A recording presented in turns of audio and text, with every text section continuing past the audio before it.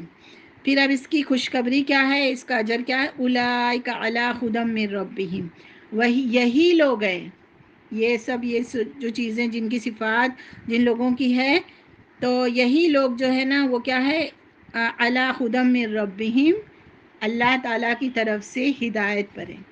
ٹھیک ہے، اور وہ اولئک ھم المفلحون، اور یہی لوگ ہیں جو فلاح پائیں گے، یعنی نماز پڑھنے والا، صلاۃ قائم کرنے والا جو ہے، اس کے لیے شروع میں ہی قرآن کے جو ہے نا یہ خوشخبری ہے کہ وہ کیا ہے کہ وہی فلاح پانے والے، وہی کامیاب ہونے والے ہیں۔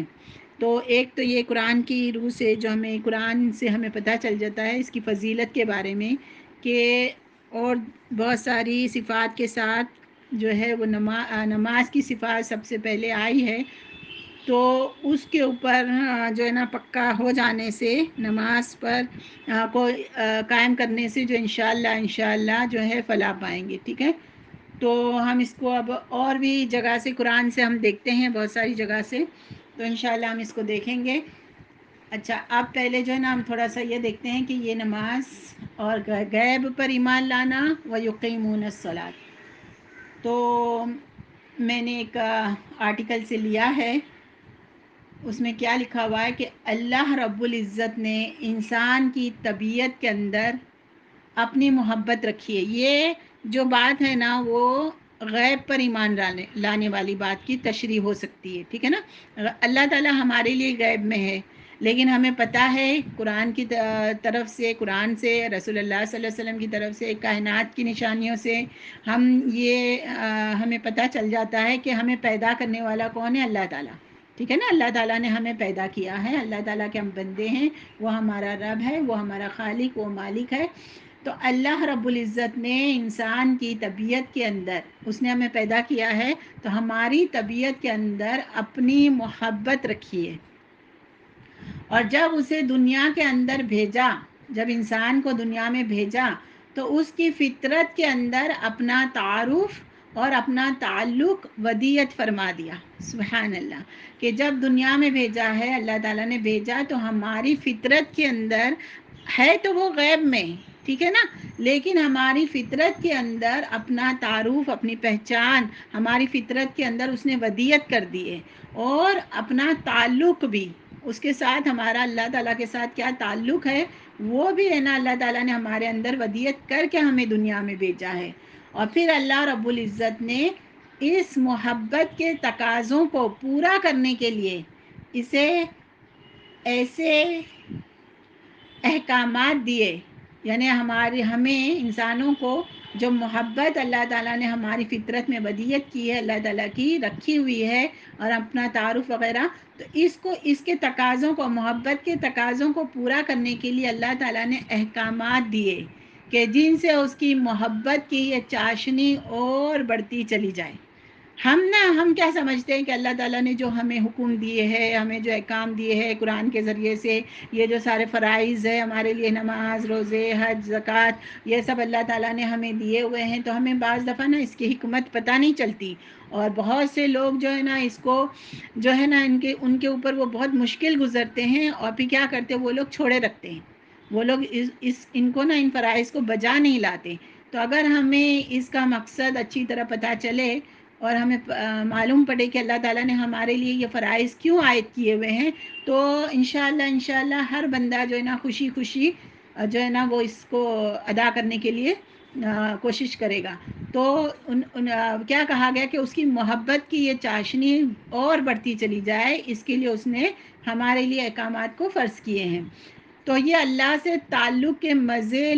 جو انسان یہ کرتا ہے نا، جو بڑھاتا ہے نا چاشنی، تو یہ اللہ سے تعلق کے مزے لوٹتا رہتا ہے۔ ایسا انسان کیا کرتا ہے کہ اگر یہ فرائض ادا کرتا ہے، آج ہم بات کریں گے نماز پر ہی، اگر ہم نماز کو ہمارے لیے نماز فرض ہے، اگر ہم اس کی مزہ لوٹتے رہیں گے، اگر ہم نماز کو ادا کرتے رہیں گے، تو اللہ تعالیٰ کی محبت کی چاشنی ہم لوٹتے رہیں گے۔ ان کا یہ کہنا ہے کہ اگر ہم اچھی طریقے سے نماز پڑھیں گے، اس کے سارے احکام کے ساتھ، اور سوچ سمجھ کر اس فرض کو ادا کریں گے، تو انشاءاللہ اللہ تعالیٰ کی محبت کی مٹھاس ہم جو ہے نا وہ لوٹتے رہیں گے، یا ہم حاصل کرتے رہیں گے۔ پھر اللہ تعالیٰ نے جو ہے نا سارے یہ اس میں نا جو سارے دوسرے فرائض کے ساتھ نماز کو بھی فرض کر دیا ہے، جو در حقیقت اللہ تعالیٰ سے مناجات کا دوسرا نام ہے کیا یہ نماز ہے کہ اللہ تعالیٰ نے ہمیں پیدا کر کے اپنی محبت ہمارے دلوں میں بسا کر، اپنا تعارف بسا کر ہمیں دنیا میں بھیج دیا ہے۔ اچھا، پھر اب اس نے نا رشتے کو توڑا نہیں، جوڑے رکھا ہے۔ آپ دیکھیں کہ ایک مفسرین قرآن ہے، انہوں نے ترجمہ اس کا صلاۃ لفظ کا کیا۔ انہوں نے یہ بتایا کہ یہ اس کا مادہ جو ہے نا صاد، لام اور یا، صاد، لام اور یا، اور اس سے آپ دیکھیں صلہ بھی ہم اسی سے کہتے ہیں نا، صلہ رحمی۔ پھر اس میں موصول یعنی جوڑنے والا اسم۔ تو اس طریقے سے نا، تو یہ صلاۃ بھی ہے نا، یہ سین، لام اور یا والا اس کا مادہ ہے اس کے اندر۔ تو یہ اصل میں اس کا لغوی معنی یا گہرائی سے ہم دیکھیں گے تو اس کا معنی یہ ہے کہ جوڑنے والی، ٹھیک ہے نا۔ صلاۃ کیا ہے؟ جوڑنے والی ہے، جوڑنے والی، اس کا نام کا معنی یہ نکلتا ہے۔ تو یہ کس کو جوڑتا ہے؟ اللہ تعالیٰ سے ہمارے تعلق کو جوڑتا ہے، اور ہمارے تعلق کو اللہ تعالیٰ سے جوڑتی ہے یہ نماز، صلاۃ جو ہے۔ پھر اصطلاحی معنی اور وہ ساری معنی سے صلاۃ جو ہے نا ایک لفظ ہو گیا ہے، جس کا معنی ہے کہ نماز، جو ہم نماز پڑھتے ہیں۔ اور وہی مفسرین جو ہے نا وہ کہتے ہیں کہ نماز ہم جو کہتے ہیں نا، یہ نماز عربی کا لفظ نہیں ہے، یہ نماز جو ہے نا پرشین لفظ ہے۔ پرشین لوگوں کی اس میں سے نا ہمارے پاس آیا ہے، اور یہ پرشین کے یا پارسی لوگوں کی عبادت کا نام تھا نماز، ٹھیک ہے۔ تو بہتر ہے، ہو سکے تو زیادہ تر نا اس کو ہم نے صلاۃ ہی کہنا ہے، لیکن چونکہ اب ہماری لینگویجز میں، ہمارے ترجموں میں، ہماری تفسیروں میں جو ہے نا کتابوں میں نماز ہے، تو ہم نماز بولتے ہیں، لیکن اصل میں عربی میں نماز کوئی لفظ نہیں ہے، نہ قرآن میں نہ حدیث میں۔ تو ٹھیک ہے، ہماری اردو لینگویج میں اس صلاۃ کو نماز کہتے ہیں۔ تو اب یہ ہے کہ یہ ہمارے لیے اللہ تعالیٰ کے ساتھ ایک مناجات ہے۔ مناجات کیا کہتے ہیں کہ ایک بات چیت ہے، ایک جو ہم حوار کہتے ہیں عربی میں، یعنی ہم اس سے اللہ تعالیٰ سے ہمارا تعلق یہ جوڑتی ہے نماز، اور ہم اللہ تعالیٰ سے بات کرتے ہیں۔ اس کے بارے میں جو ہے نا آپ صلی اللہ علیہ وسلم کی ایک حدیث ہے جس میں بتایا گیا ہے اس کیفیت کو، مناجات کی کیفیت کو، کہ دوران نماز جب بندہ کہتا ہے الحمدللہ رب العالمین، تو اللہ اس کے کلام کا جواب دیتا ہے، حمیدنی عبدی۔ اللہ تعالیٰ کیا کہتے ہیں؟ ہمیشہ جب بھی ہم نماز پڑھتے ہیں اور سورہ فاتحہ پڑھتے ہیں، تو ہر دفعہ اللہ تعالیٰ ہمیں جواب دیتے ہیں۔ یہ حدیث سے ہمیں پتہ چلتا ہے، یہ مسلم کی حدیث ہے۔ تو ہم جب کہتے ہیں الحمدللہ رب العالمین، کہ تمام تعریفیں اللہ تعالیٰ کے لیے ہیں جو تمام جہانوں کا رب ہے، تو اللہ تعالیٰ ہمیں کیا جواب دیتے ہیں کہ حمیدنی عبدی، میرے بندے نے میری تعریف کی۔ ہمیں اپنا بندہ بنا دیتے ہیں، ہمیں اپنے بندہ بنا کر نا اللہ تعالیٰ ہمیں ایسے مخاطب کرتے ہیں کہ یہ میرا بندہ ہے، حمیدنی عبدی، کہ میرے بندے نے میری تعریف کی۔ پھر بندہ کہتا ہے الرحمن الرحیم، تو اللہ کہتا ہے کہ اثنا علی عبدی، کہ میرے بندے نے میری ثنا بیان کی، میری ثنا کہتے ہیں، جو ہم پڑھتے ہیں نا، ہم سیکھ رہے ہیں، تو وہ ثنا یعنی کہ تعریف بیان کی۔ پھر بندہ کہتا ہے مالک یوم الدین، تو اللہ تعالیٰ فرماتے ہیں مجدنی عبدی، کہ میرے بندے نے میری بزرگی بیان کی، میری شان بیان کی۔ پھر جب بندہ کہتا ہے کہ ایاک نعبد و ایاک نستعین، تو اللہ تعالیٰ فرماتے ہیں ھذا بینی و بین عبدی ولعبدی ما سأل، کہ یہ میرے اور میرے بندے کے درمیان ہے، یعنی آدھا آدھا ہے، درمیان میں ہے، کہ شروع میں ہم جو ہے نا اس سے مانگتے ہیں تو اللہ تعالیٰ کہتے ہیں کہ ایاک نعبد و ایاک نستعین، یعنی ہم دعا کرتے ہیں تو اللہ تعالیٰ کہتے ہیں کہ آدھا آدھا ہے کہ اس نے دعا کی، اور ولی عبدی ما سال، اور میرے بندے کے لیے وہی کچھ ہے جو اس نے سوال کیا ہے، اس نے طلب کیا ہے۔ تو یوں جیسے جیسے بندہ پڑھتا رہتا ہے اللہ کی طرف سے جواب ملتا رہتا ہے، جب تک کہ بندہ اللہ سے غافل نہ ہو جائے۔ ہم سورہ فاتحہ پڑھتے پڑھتے اس بات کو دھیان رکھے غفلت میں نہ رہیں اور غافل نہ ہو جائے۔ اگر ہم غفلت کے ساتھ سورہ فاتحہ پڑھتے ہیں تو پھر اللہ تعالیٰ کیسے جواب دیں گے، کیونکہ ہم کیا بول رہے ہیں ہمیں پتہ ہی نہیں ہے۔ تو یہی چیز ہوتی ہے کہ نا تو ہمیں پورے ہوش کے ساتھ اور بہت ہی دل جمعی کے ساتھ جو ہے نا اس چیز کو لینا چاہیے۔ پھر یہ کتاب لکھنے والوں نے کہا ہے کہ یہ نماز عجیب دولت ہے جو اللہ رب العزت نے مسلمانوں کو عطا فرمائی ہے، یہ ایک بہت قیمتی دولت ہے، عجیب دولت ہے، اللہ اس کا لطف نصیب ہمیں فرما دے۔ تو پھر محبوب سے باتیں کرنے میں کون تھکا کرتا ہے، محبوب کی محبت میں خلوت میں کون تھکتا ہے، یعنی جس سے ہمیں محبت ہوتی ہے ہمیں اس سے باتیں کرنے سے تھکن نہیں ہوتی، ٹھیک ہے نا، اس کے ساتھ ہم تنہائی میں بہت زیادہ باتیں کرنا چاہتے ہیں، چاہے وہ ہمارے والدین ہو، ہمارے دوست ہو، ہمارے بھائی بہن ہو، ہماری اولاد ہو، ہمارے شوہر ہو، جو بھی ہو، یعنی جس سے محبت ہوتی ہے نا اس سے ہمارا تعلق بہت اچھا رہتا ہے۔ تو یہ بھی اللہ تعالیٰ سے ہمیں محبت کا تقاضا ہے، اور پھر نماز ہے نا اس کو ہمارے لیے وہ ایک دم زندہ بنا دیتی ہے اس محبت کو۔ تو بسا اوقات ہمیں یہ بات سن کر تعجب ہوتا ہے کہ ایک آدمی ساری رات ہی نماز پڑھتا ہے اور اسی طرح رات گزارتا ہے، ہمیں حیرت ہوتی ہے اس لیے کہ ہمیں اس محبت اور نماز کا لطف ابھی تک نصیب نہیں ہوا۔ اگر وہ نصیب ہو جائے تو پھر تعجب نہیں ہوگا۔ آدمی کا کسی سے تعلق یا تو محبت کی وجہ سے ہوتا ہے یا اس کی عظمت کی وجہ سے ہوتا ہے، اور ظاہر ہے جس کے ساتھ محبت ہوتی ہے اس کے ساتھ بیٹھ کر گفتگو کرنے میں مزہ آتا ہے۔ جس شخص کے لیے آدمی کے دل میں عظمت ہوتی ہے تو آدمی اس کے ساتھ بیٹھنے کو اپنے لیے سعادت اور فخر سمجھتا ہے۔ تو بندے کے اپنے اللہ کے ساتھ دونوں تعلق ہیں، محبت کا بھی اور جو ہے نا عظمت کا بھی۔ اللہ رب العزت کا فرمان ہے سورۃ البقرہ کی 165 آیت میں ہے کہ والذین آمنوا اشد حبا للہ، اور جو مومن ہیں ان کو صرف اللہ تعالیٰ کے ساتھ ہی قوی محبت ہوتی ہے، اشد بہت ہی شدید، حبا للہ شدید محبت ہوتی ہے وہ لوگ جو صحیح معنوں میں ایمان لاتے ہیں۔ تو یہاں پر تھوڑا سا یہ کتاب کو روک کرنا میں آپ کو ایک واقعہ بتانا چاہتی ہوں جو میں نے سنا تھا، کچھ سالوں پہلے کا واقعہ ہے۔ تو وہ کہہ رہے تھے کہ پہلے کے لوگ دیکھیں نا کتنے سچے پکے نمازی بعض لوگ ہوتے تھے، تو کہتے ہیں کہ جب ساؤتھ کا، انڈیا کے ساؤتھ کا کوئی ایک شخص تھا جو اپنا کاروبار کرنے کے لیے امرتسر گیا، وہاں پر جو ہے نا چمڑے کا کاروبار، چمڑے وغیرہ کا کاروبار کرتا تھا تو وہاں پر ملتا تھا، تو کہتے ہیں سارا دن وہ ہے نا تو، اور یہ سچا واقعہ انہوں نے بتایا کہ سارا دن وہ امرتسر میں گھومتا رہا اپنے کاروبار کے لحاظ سے۔ پھر اس زمانے میں 5 اسٹار ہوٹلس وغیرہ کچھ ہوتی نہیں تھی، یہاں تک کہ بجلی یہ وہ سب کچھ بھی نہیں تھا، اتنا پرانے زمانے کی یہ بات ہے، یعنی کچھ سالوں پہلے کی۔ تو اس نے کیا کہا کہ ایک مسجد میں آیا اور مسجد میں کہنے لگا کہ میں یہاں پر رات گزارنا چاہتا ہوں، مسافر ہوں۔ تو انہوں نے اس کو نا رات گزارنے کے لیے ٹھکانہ دے دیا مسجد میں سونے کے لیے۔ تو وہ جیسے بہت سارے دن کا تھکا تھا، جیسے اس نے چٹائی بچھا کر نا وہ سویا،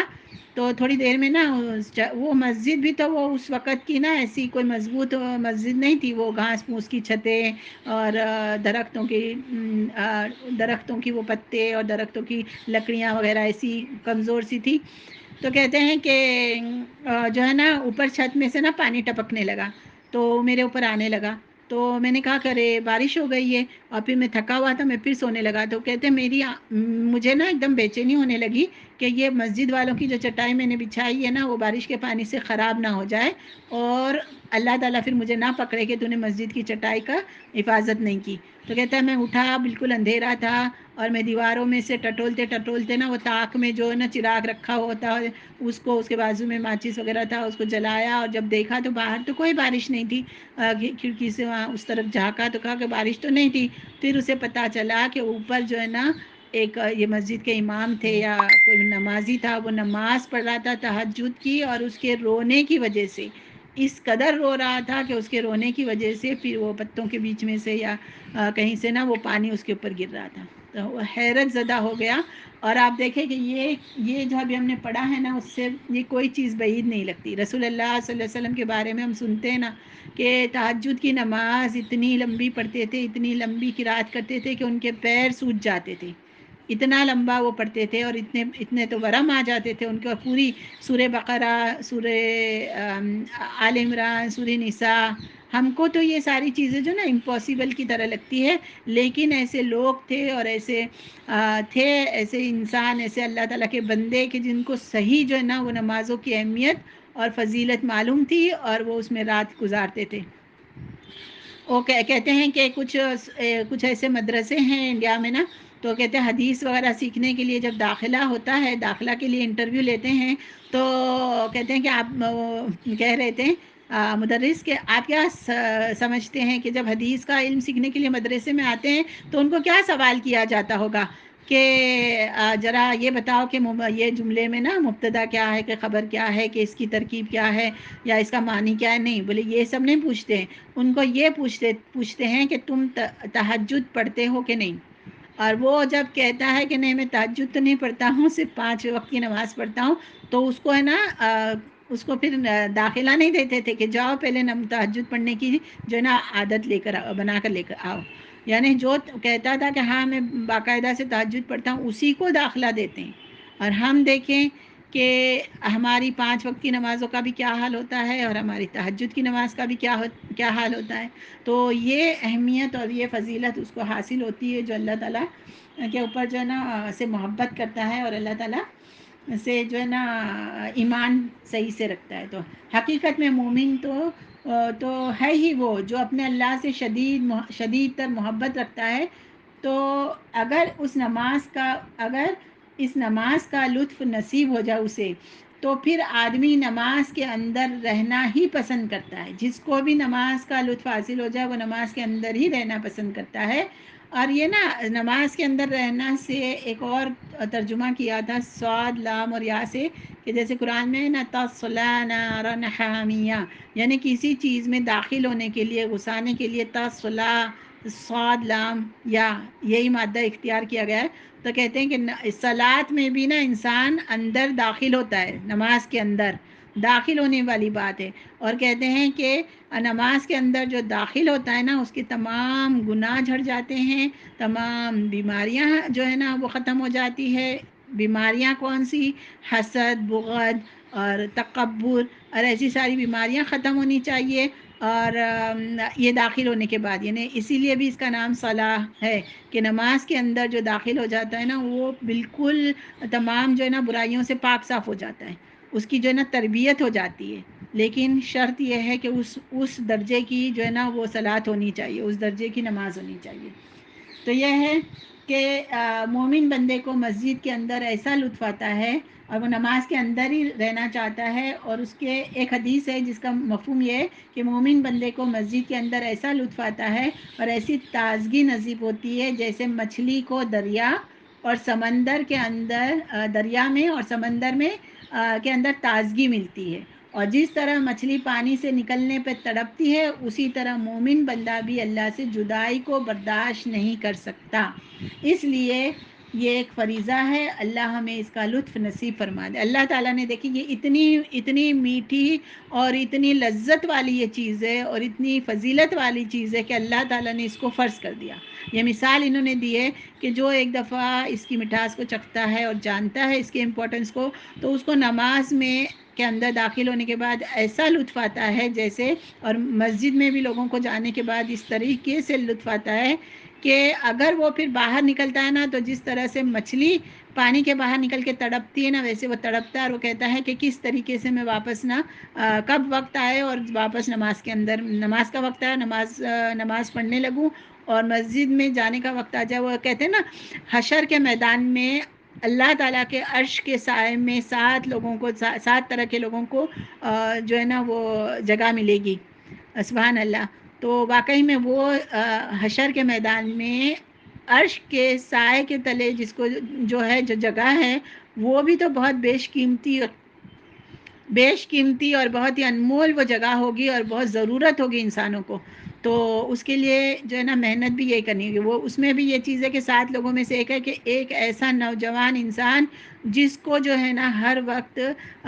مسجد میں جس کا نا اس کا دل لگا رہے، ہر وقت اس کو نا نماز کی فکر ہو اور وہ اس کا دل جو ہے نا مسجد میں اٹکا رہے، جوان ہو، ٹھیک ہے نا، بڑھاپے میں تو پھر ہوتا ہی ہے۔ اور اس کے بارے میں نا شیخ عثیمین کے بارے میں اور ایک اور جو ہے نا بزرگ تھے، ان کے بارے میں کہا گیا ہے کہ نا ہاں تو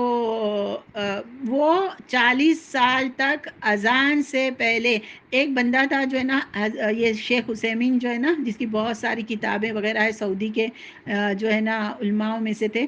تو ان کو ڈھونڈتے ہوئے نا وہ سعودی گیا اور ایک مسجد میں جا کر ان کو پتہ چلا کہ اس مسجد میں وہ آتے ہیں نماز پڑھنے کے لیے۔ تو وہ مسجد میں گیا اور اس نے نا مؤذن سے یا امام سے پوچھا کہ مجھے شیخ عثیمین سے ملنا ہے۔ تو اس نے کہا کہ میں نا 40 سال سے اس مسجد میں ڈیوٹی دیتا ہوں اور میں نے 40 سال سے شیخ عثیمین کو میں نے دیکھا ہے کہ اذان کے وقت سے پہلے وہ آ کر بیٹھ جاتے ہیں اور اس کے بعد ہے نا ہم اذان دیتے ہیں، ان کے آنے کے بعد ہم مطلب اذان کا وقت ہوتا ہے نماز کا، اور ہم تو ایسے وہ عالم اور اتنے بڑے علماء، اتنی کتابیں انہوں نے لکھی ہوئی ہے، اتنے فتوے انہوں نے دیے ہوئے ہیں، اور وہ دیکھیں کہ کس طریقے سے نا نماز کے پابند تھے، کیونکہ وہ ان کو پتہ تھا،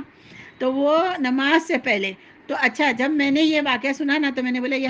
ہم عورتوں کو تو نا یہ اس طریقے سے ہمارے لیے تو یہ عمل نہیں ہو سکتا نا کہ ہم نماز سے اذان سے پہلے مسجد میں جا کر بیٹھے کریں۔ اور میں نے ایک آرٹیکل پڑھا نا تو اس میں انہوں نے یہ تشریح کی ہوئی تھی، سبحان اللہ، انہوں نے کہا کہ یہ کام تو ہے نا عورتوں کے لیے اور زیادہ، میں نے کہا یہ تو عورتوں کے لیے ہو ہی نہیں سکتا، تو انہوں نے لکھا ہوا تھا کہ عورتوں کے لیے تو یہ کام بہت اور زیادہ اچھی طریقے سے آسانی سے ہو سکتا ہے کہ جب نماز کا وقت ہو نا تو 5 منٹ پہلے ہی وہ نا اپنے گھر میں جو ہے وہ وضو وغیرہ کر کے نماز کی تیاری کر کے نا آ کر نا بیٹھ جائے اور اس کے بعد نماز کا وقت ہو۔ تو میں نے کہا کہ ہاں یہ بھی تو صحیح ہے، لیکن دیکھیں ہم عورتیں بھی تو کتنی غفلت کی شکار ہوتی ہیں، اذان بھی ہو جاتی ہے، نماز کا وقت بھی کہاں جانے لگتا ہے، اور پھر ہم لوگ کتنی دیر سے نا سب کام نپٹا کر اور کر کے اور پھر ہم چاہتے ہیں کہ ہم نماز پڑھیں۔ تو یہ ہمیں بھی سوچنا چاہیے، مجھے بھی اور آپ کو بھی، اور ہمیں اس کے اوپر عمل کرنے کی کوشش کرنی چاہیے کہ اس کی بہت بڑی برکات ہے۔ اللہ تعالیٰ جو ہے نا ہمیں ایسے لوگوں کو نا اپنی حفظ و امان میں لے لیتا ہے اللہ تعالیٰ۔ اور یہ بھی ہے کہ جو مسجد میں جاتا ہے نا، کہتے ہیں کہ مسجد کے اندر کچھ آدمی جو ہے نا، کچھ نمازی جو ہے نا وہ ستون کی طرح، ستون کے مانند ہوتے ہیں، مسجد کے ستون ہوتے ہیں نا، مسجد میں ستون ہوتے ہیں، تو کہتے ہیں مسجدوں کے ستون کے مطابق کچھ آدمی ہوتے ہیں۔ تو کیا مطلب ہے کہ وہ ہر وقت مسجد میں حاضر ہوتے ہیں، ان کی ایک جگہ بنی ہوئی ہوتی ہے، یعنی کہ مسجد میں وہ ہوتے ہی ہوتے ہیں، کبھی بھی ان کا ناغہ نہیں ہوتا ہے، وہ ان کا دل مسجد میں لگا ہوتا ہے۔ تو اس کے لیے خوشخبری حدیث میں بتائی گئی ہے کہ ان کے اطراف میں جو ہے نا رحمت کے فرشتے آزو بازو جمع ہو کر بیٹھ جاتے ہیں، ایسے لوگوں کے نا جو اذان سے بھی پہلے بھی آ جاتے ہیں، کافی دیر تک بیٹھے رہتے ہیں، ہر وقت نماز میں مسجد میں حاضر ہوتے ہیں، تو رحمت کے فرشتے ان کے آزو بازو، جیسے ستون کے آزو بازو لوگ بیٹھتے ہیں نا، ان کے آزو بازو بیٹھ جاتے ہیں۔ تو کہتے ہیں اگر کبھی کبھار ان کا ناغہ ہو جاتا ہے تو وہ اوپر جا کر اللہ تعالیٰ سے پوچھتے ہیں کہ یا اللہ تعالیٰ، یا اللہ آج تیرا وہ بندہ نہیں تھا، تو اللہ تعالیٰ بتاتے ہیں ان کو کہنا کہ وہ آج بیمار ہے اور گھر پر ہی ہے، تو تم جاؤ اور اس کی عادت کرو۔ تو وہ جاتے ہیں اور اس کے گھر پہ وہ فرشتے رحمت کے اس کے گھر پہ جاتے ہیں اور پھر جو ہے نا اس کے لیے دعائیں کرتے ہیں، اس کی تیمارداری کرتے ہیں۔ تو سبحان اللہ، دیکھیں، اور پھر بعض دفعہ اللہ تعالیٰ ان کو کہتے ہیں کہ آج وہ اپنے کام سے نا فلاں شہر گیا ہے یا فلاں جگہ گیا ہے، آج اس کو کام تھا، تو جاؤ اور تم ادھر جاؤ۔ تو جب فرشتے ادھر جاتے ہیں اور اس کا جو کام ہوتا ہے نا اس کے اندر اس کو انجام دینے کے لیے اس کو مدد کرتے ہیں۔ سبحان اللہ، یہ ساری ایسی ڈھکی چھپی فضیلتیں اور برکتیں ہیں نماز کی کہ ہم تو ہے نا، ہمیں تو پتہ ہی نہیں چلتا ہے، ہمیں تو معلوم ہی نہیں ہوتا ہے کہ یہ ساری چیزیں اتنی برکت والی، ہم جب سنتے ہیں نا بہت برکت والی، بہت جو ہے نا عظیمت والی، بہت فضیلت والی نماز ہے، اور اتنی مرتبہ قرآن میں جو ہے نا نماز کا ذکر آیا ہے، بار بار ذکر آیا ہے، تو یہ اتنی برکت اور فضیلت والی ہے، اگر انسان بندہ اس کو تھام لے تو انشاءاللہ جو ہے نا وہ وراثت میں جو ہے نا وہ جنت پائے گا۔ یہ بھی بہت بہت جگہ پہ نا قرآن میں نماز کے ساتھ نا ذکر ہے۔ پھر آگے یہ فرماتے ہیں کہ ایمان کے بعد سب سے اہم فریضہ، ایمان کے بعد سب سے اہم فریضہ نماز کی ادائیگی ہے۔ اللہ رب العزت نے قرآن کریم میں 80 سے زائد مقامات پر فرمایا ہے اقیم الصلاۃ، نماز قائم کرو۔ ہاں تو یہ ہے نا 80 سے زیادہ اقیم الصلاۃ کا ذکر ہے اقامت کے ساتھ، اور صرف صلاۃ کا بعض لوگ کہتے ہیں 700 سے زیادہ دفعہ جو ہے نا 700 تقریباً 700 کے اطراف میں صرف نماز کا ذکر ہے۔ تو وہ شہنشاہ اور بادشاہ ہے، اس کے لیے تو ایک مرتبہ ہی کہہ دینا کافی تھا۔ اللہ تعالیٰ شہنشاہ ہے، بادشاہ ہے، ایک ہی دفعہ حکم دیتا تو کافی تھا کہ تم لوگ جو ہے نا میرے بندو نماز پڑھو، لیکن وہ صرف بادشاہ نہیں ہے، صرف شہنشاہ نہیں ہے، بلکہ وہ رحیم بھی ہے، رحمان بھی ہے، مہربان بھی ہے، حلیم بھی ہے۔ اس لیے اس اللہ نے اپنے بندے کو بار بار ایک ہی بات کہی کہ میرا بندہ اس فریضے سے غافل نہ ہو جائے، لہٰذا بار بار ارشاد فرمایا کہ نماز قائم کرو، نماز قائم کرو۔ سبحان اللہ، اتنی دفعہ تکرار کرنے کی، ریپیٹ کرنے کی قرآن میں یہ وجہ ہے کہ اللہ تعالیٰ چاہتے ہیں کہ بندے جو ہے نا وہ غافل نہ ہو۔ پھر دوسرا ہے کہ نماز کے بغیر اسلام کا تو تصور ہی نہیں ہے، کیونکہ ایمان کی جو ہے نا ہم کلمہ طیبہ پڑھ کے ہم ایمان میں داخل ہوتے ہیں، ہم جو ہے نا ہم مسلمان بنتے ہیں، ہم مومن بنتے ہیں کب؟ جب ہم کلمہ طیبہ پڑھتے ہیں۔ تو کلمہ طیبہ کی تشریح میں کہتے ہیں کہ اس کا کیا معنی ہے کہ اس کلمے کا نا اقرار کرنا، اللہ کی وحدانیت کا اقرار کرنا زبان سے اور دل سے یقین کرنا، اور پھر اعضاء سے بھی ہے نا، تو وہ اعضاء سے بھی اعمال کے تھرو اعضاء بھی ہے نا، تو اس سے اپنے بدن، ہمارے بدن کے اعضاء بھی جو ہے نا یہ اقرار کرے کہ وہ ایمان لے آئے۔ تو اعضاء کیسے اقرار کریں گے؟ تو نماز کے ذریعے، یعنی فوراً جو ہے نا جیسے ایمان لاتا ہے، نماز فرض ہو گئی تو ہمیں نماز پڑھنا ہے۔ اگر جس نے نماز نہیں پڑھی تو سمجھ لو کہ اس کے اندر جو ہے نا وہ ایمان ہے نہیں، یا ایمان جو ہے نا اس کا ادھورا ہے۔ تو نماز کے بغیر اسلام کا تو تصور ہی نہیں ہے۔ جب مسلمان خیر کے زمانے میں تھے، یعنی پہلے اچھے لوگوں کے زمانے میں، خیر والے زمانے میں تھے، صحابہ کے زمانے، اور اس کے بعد تابعین اور تبع تابعین، تو مسلمانوں میں نماز کی پابندی ایسی تھی کہ بے نمازی کو مسلمان تصور کرنا بھی مشکل ہوتا تھا۔ اس لیے منافقین بھی اپنا نفاق چھپانے کے لیے نمازوں کا ایسا اہتمام کرتے تھے کہ وہ بھی نمازوں سے غیر حاضر نہ ہوتے تھے۔ ٹھیک ہے نا، اتنا اہتمام ہوتا تھا کہ منافقین بھی جو ہے نا وہ مسجدوں میں آتے تھے اور نماز کا اہتمام کرتے تھے۔ تو اور باقی ہے نا جو مریض ہوتے تھے، جو بیمار ہوتے تھے، اگر کوئی آدمی بیمار ہوتا تھا تو ہی وہ جماعت سے چھوڑتے تھے، کہ جماعت کو چھوڑتے تھے، لیکن اگر کوئی آدمی 2 آدمیوں کے سہارے گھسیٹتا ہوا مسجد جا سکتا تھا تو وہ بھی نماز ادا کیا کرتا تھا۔ تو یعنی کہ اگر بیمار بھی ہوتا تھا اور اتنا بیمار کہ وہ چل بھی نہ سکتا ہو، تو 2 آدمی اس کو کاندھے پر لے کر نا مسجد میں لے کر آتے تھے صحابہ کے زمانے میں، اور جو ہے نا وہ نماز پڑھتا تھا۔ اتنی ان کے اندر اہمیت تھی اور اتنی جو ہے نا وہ فرضیت یعنی اس عظیمت تھی۔ تو باتیں تو اور بھی بہت کچھ ہے، وقت بھی بھاگتا جا رہا ہے، تو ہم اب دیکھ لیتے ہیں کہ قرآن کی جو ہے نا ہمارا موضوع ہے، قرآن کی اس سے